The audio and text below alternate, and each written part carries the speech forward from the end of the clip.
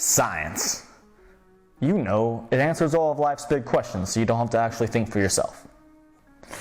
Yeah, let's talk about that.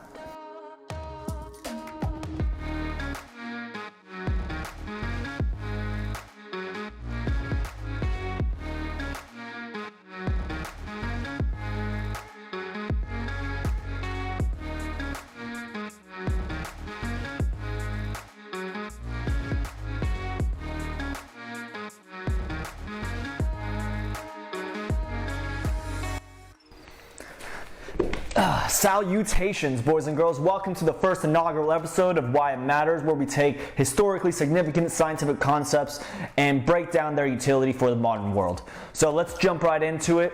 Science. What is it? Okay, so the answer to that question just simply isn't as easy as people think it is. Formally, it can be attributed to basically the study of anything and everything. A lot of people refer to science as the traditional sciences, so that's geology, biology, anatomy, physics, chemistry. But then there's a whole new group of social sciences. Are those science as well? What do the social sciences and traditional sciences have in common? Well, I can tell you that it's basically one specific thing: the scientific method. But to figure out why the scientific method matters, we had to go way back. We're talking to your great, tremendous, fantastic grandfather. And let me tell you, he is partying like it's the year 1299. So this is a time in which most historians refer to as the Dark Ages. It's actually a period in between the 6th and 12th centuries that's mostly characterized by a deep stagnation in scientific discovery. Why did this happen? Most will tell you it's because of the massive expansion of the Catholic Church. But I would argue it's mostly because the Roman Empire was in full collapse, and which led to its cities to have a mass deurbanization. What happens as people move and spread throughout Europe?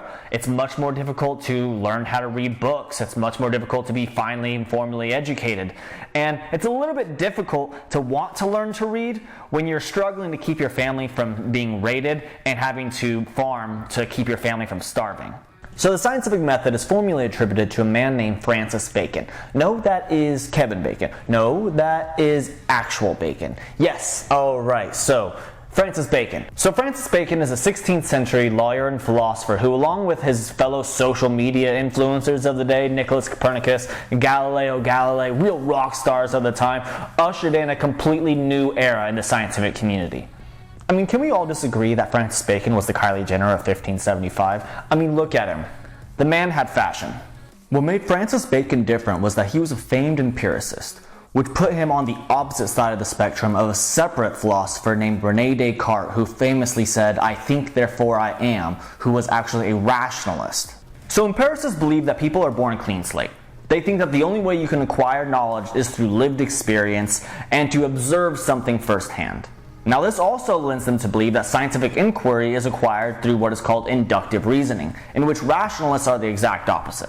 Rationalists believe that there are ways to acquire knowledge independent of sensory experience. They believe that there are innate, intuitive truths about the world that everyone knows when they're born. Rationalism also takes more of a deductive approach to reasoning. Now that we've defined the difference between empiricism and rationalism, let's go back to Francis Bacon. Francis Bacon was an empiricist, which means that he believed in what's called inductive reasoning, as opposed to the rationalist form of deductive reasoning. Now, what's the difference between inductive and deductive? Inductive reasoning is a movement in logic from the specific to the general. Now, that's typically meaning that you're making a generalization based on an observed experience. That's also to be said, correlation does not necessarily equal causation. Just because you observe something does not mean that your generalization is definitely going to be true. For example, I'm a teacher that makes science videos, and on the previous test, my class scored the highest in the school. Therefore, an inductive conclusion would be that by me making science videos, my students are more intelligent. I'm taking a specific example of me making videos and taking another specific example of my students scoring highly on a test and making a general conclusion that my making the video makes my students more intelligent. However, deduction is a movement in logic from the general to the specific.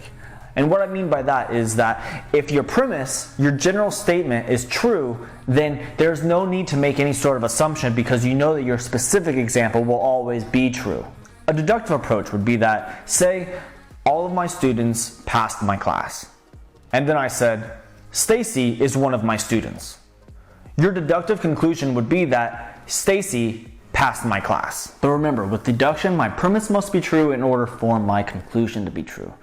So inductive reasoning proposes things that are probably true, but deductive reasoning concludes that things are always true. So why did Francis Bacon say that inductive reasoning was the more accurate approach to the scientific method? So the scientific method can be broken down into 6 steps.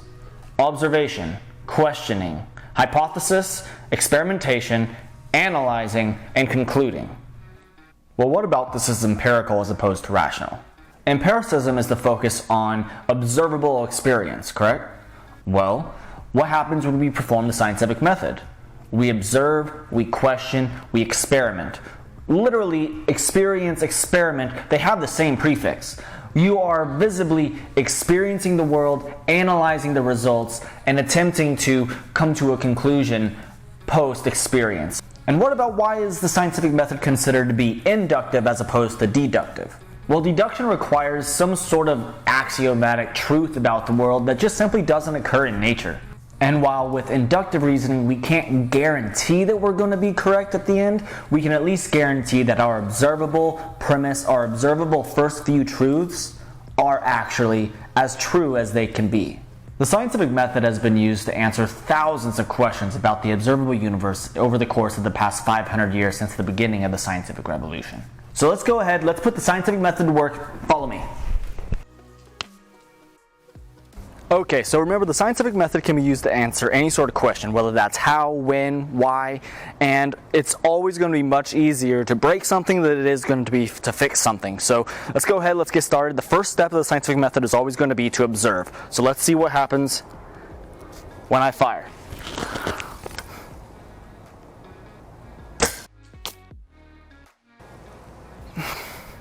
Alright, so I'm standing here from about 20 yards, and what I can see from my observations is that on all 5 of those shots, I'm off to the right, so that means that I'm fairly inaccurate, I'm fairly unprecise, and what my next step for the scientific method would be is I want to ask a question. And my question is, why am I missing? Or moreover, how can I improve and become more accurate with my shot? Okay, so now remember, I'm going to be using inductive reasoning here because I'm going to be using my specific examples of my poor shots from before to induce that I need to make some sort of change to my actions. Now, I've already created my question, which is how can I improve? And now, so the third step is going to be forming a hypothesis.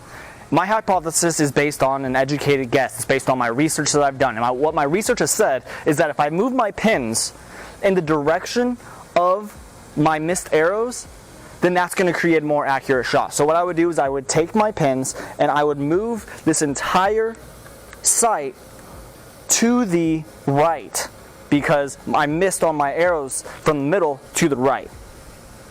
Alright, so now it's time to experiment. And remember, it's important to have as many specific examples as you possibly can because when you're making your generalization, the more specific examples, the more likely it is for your observations, your analysis, your data to actually be as accurate as possible. Alright, so I'm going to fire 5 shots and I'm going to see if I need to make any more adjustments to my sights.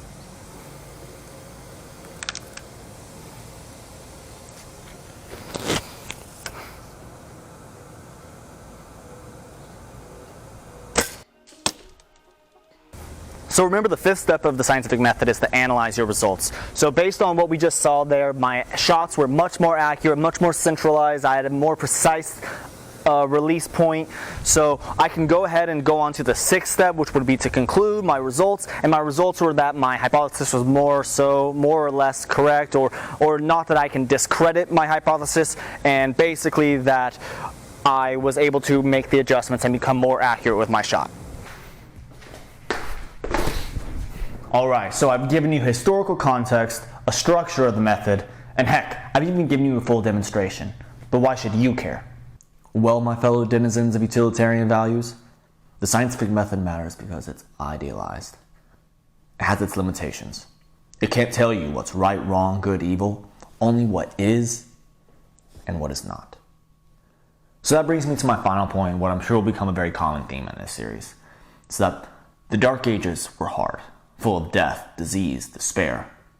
Therefore, man brought into the world a series of philosophies as to the acquisition of knowledge in order to make the world a better place. Empiricism, rationalism, inductive reasoning, deductive reasoning all strive for the action of improvement, because the probability that you will improve the world without first working hard to acquire knowledge as to its nature is 0. So go out, get better, stronger, more skilled, more intelligent, because thanks to these guys, you have the technology. Thanks. See you next time.